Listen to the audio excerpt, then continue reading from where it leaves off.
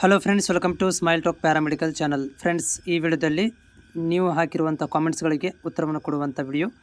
So ಯಾರೆಲ್ಲ ಅಭ್ಯರ್ಥಿಗಳು ನಮ್ಮ ಲೈವಲ್ಲಿ ಜಾಯ್ನ್ ಆಗಿದ್ದಿರಿ, ಜಾಯ್ನ್ ಆದ ನಂತರ ಮತ್ತೆ ಏನು ಮಾಡಿದಿರಿ ಅಂತಂದರೆ ನೀವು ನಮಗೆ ಕಾಮೆಂಟ್ಸನ್ನು ಹಾಕಿದಿರಿ. ಸೊ ಇಲ್ಲಿ ನೋಡ್ಬೋದು ಸರ್, ಚಾಯ್ಸ್ 2 ಇಂದ ಆಪ್ಷನ್ ಎಂಟ್ರಿ ಯಾವಾಗ ಬಿಡ್ತಾರೆ ಅಂತ. ಚಾಯ್ಸ್ 2 ನೋಡಿರಿ, ಸೆಕೆಂಡ್ ರೌಂಡ್ ಆಪ್ಷನ್ ಎಂಟ್ರಿಗೆ ಬರುತ್ತೆ ಅದು.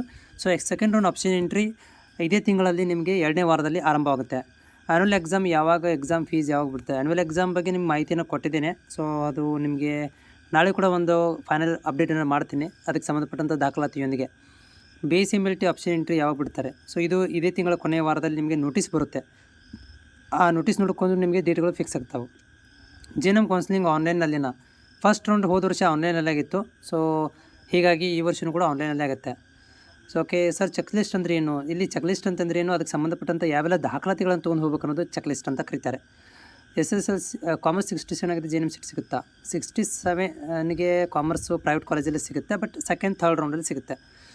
After 1 lakh admission done, clerk side after list comes then we confirm your admissions. ನೀವೇನು ಮಾಡಬೇಕಂತಂದರೆ ಅಡ್ಮಿಷನ್ ಆದಮೇಲೆ ನೀವು KEಗೆ ಹೋಗಿ ಏನು ಮಾಡಬೇಕು ಅಂತಂದರೆ ಕನ್ಫರ್ಮೇಷನ್ ಮಾಡಬೇಕು.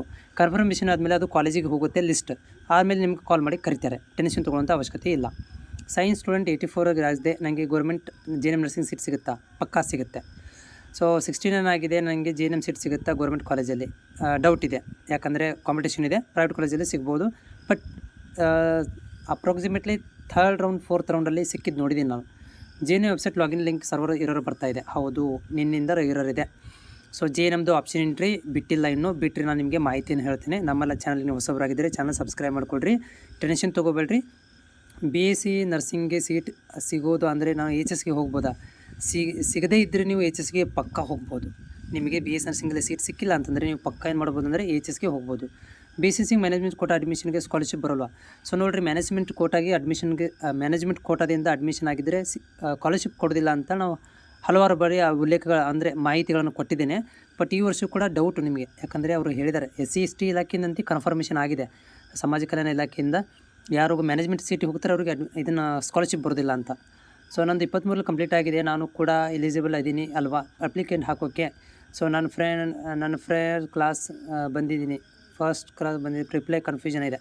23ರಲ್ಲಿ ಕಂಪ್ಲೀಟ್ ಆಗಿದ್ದರೆ ಸೊ ನೀವು ಎಲಿಜಿಬಲ್ ಇದ್ದಂಗೆ ನೀವು ಅಪ್ಲಿಕೇಶನ್ ಹಾಕಿದರೆ ನಿಮಗೆ ಬರುತ್ತೆ prize money. So only SC4 students are to ST. So SCದವರಿಗೆ ಮಾತ್ರ ಇದು, STದವರಿಗೆ ಸಪ್ರೇಟ್ ಆದಂಥ ಸ್ಕಾಲರ್ಶಿಪ್ ಬರುತ್ತೆ. ಬಟ್ ಇದು ಕೊಟ್ಟಿರೋದು SC ವಿದ್ಯಾರ್ಥಿಗಳಿಗೆ. ಸೆಕೆಂಡ್ ರೌಂಡಲ್ಲಿ ಅಲಾಟ್ಮೆಂಟ್ ಆದರೆ ಕೌನ್ಸಿಲಿಂಗಿಂದ ಎಕ್ಸಿಟ್ ಆಗ್ಬೋದಾ? ಸೊ ನೋಡಿರಿ, ಅಲಾಟ್ಮೆಂಟ್ ಆದರೆ ನೀವು ಎಕ್ಸಿಟ್ ಆಗುವಂಥ ಅವಶ್ಯಕತೆ ಇಲ್ಲ. ತಾನೇ ನೀವು ಕಾಲೇಜ್ ಅಡ್ಮಿಷನ್ ಆಗಿಬಿಟ್ರೆ ತಾನೇ ಏನಾಗುತ್ತೆ ಅಂದರೆ ನಿಮ್ಮ ಸೀಟ್ ಸಿಗಿಬಿಡುತ್ತೆ, ನೀವು ಎಕ್ಸಿಟನ್ನು ಸೆಲೆಕ್ಟ್ ಮಾಡ್ಕೊಳ್ಳೋಂಥ ಅವಶ್ಯಕತೆ ಇಲ್ಲ. ಬ್ಯಾಚುಲರ್ ಆಫ್ ಫಿಸಿಯೋಥೆರಪಿ ಯಾವಾಗ? ಸೊ ಈ ತಿಂಗಳು ಕೊನೆಯ ವಾರದಲ್ಲಿ ನಿಮಗೆ ಬ್ಯಾಚುಲರ್ ಆಫ್ ಫಿಸಿಯೋಥೆರಪಿ ಆಗುತ್ತೆ. ಓಕೆ, BPT ಆಗೋದು ಈ ತಿಂಗಳು ಕೊನೆಯ ವಾರದಲ್ಲಿ. This prize money application last date ನೋಡಿರಿ ಕೊಟ್ಟಿಲ್ಲ. ಸೊ ಯಾಕಂತಂದರೆ ಹೋದ ವರ್ಷ ಭಾಳಷ್ಟು ಅಭ್ಯರ್ಥಿಗಳು ಅಪ್ಲಿಕೇಶನ್ ಹಾಕಿಲ್ಲ ಅಂಥೇಳಿ. ಸೊ ಈ ವರ್ಷ ಲಾಸ್ಟ್ ಡೇಟನ್ನು ಇನ್ನೂ ಡಿಸೈಡ್ ಮಾಡಿಲ್ಲ. ನನಗನ್ನಿಸುತ್ತೆ ಈ ತಿಂಗಳ ಎಂಡಿಂಗ್ ತನಕ ಹೋಗ್ಬೋದು ಅಂತ. So open category BSc nursing mentions 1 lakh, ಮತ್ತು ಕಾಲೇಜಿಂದ ಏನಾಗ್ತದೆ 2,90,000 ತೊಗೊತಾ ಇದ್ದಾರೆ. ಹೌದು, ಪ್ರೈವೇಟ್ ಕಾಲೇಜಿನವರು ಅವ್ರಿಗೆ ಮನ ಬಂದಂತೆ ಅಡ್ಮಿಷನ್ಗಳನ್ನು ತೊಗೊತಾರೆ, ಇವರಿಗೆ ಹೇಳೋರಿಲ್ಲ ಕೇಳೋರಿಲ್ಲ. ಓಕೆ, 64 ಆಗಿದೆ, ನನಗೆ 2 year ಗ್ಯಾಪ್ ಆಗಿದೆ, SC ಕಾಸ್ಟು ಸೀಟ್ ಸಿಗುತ್ತಾ?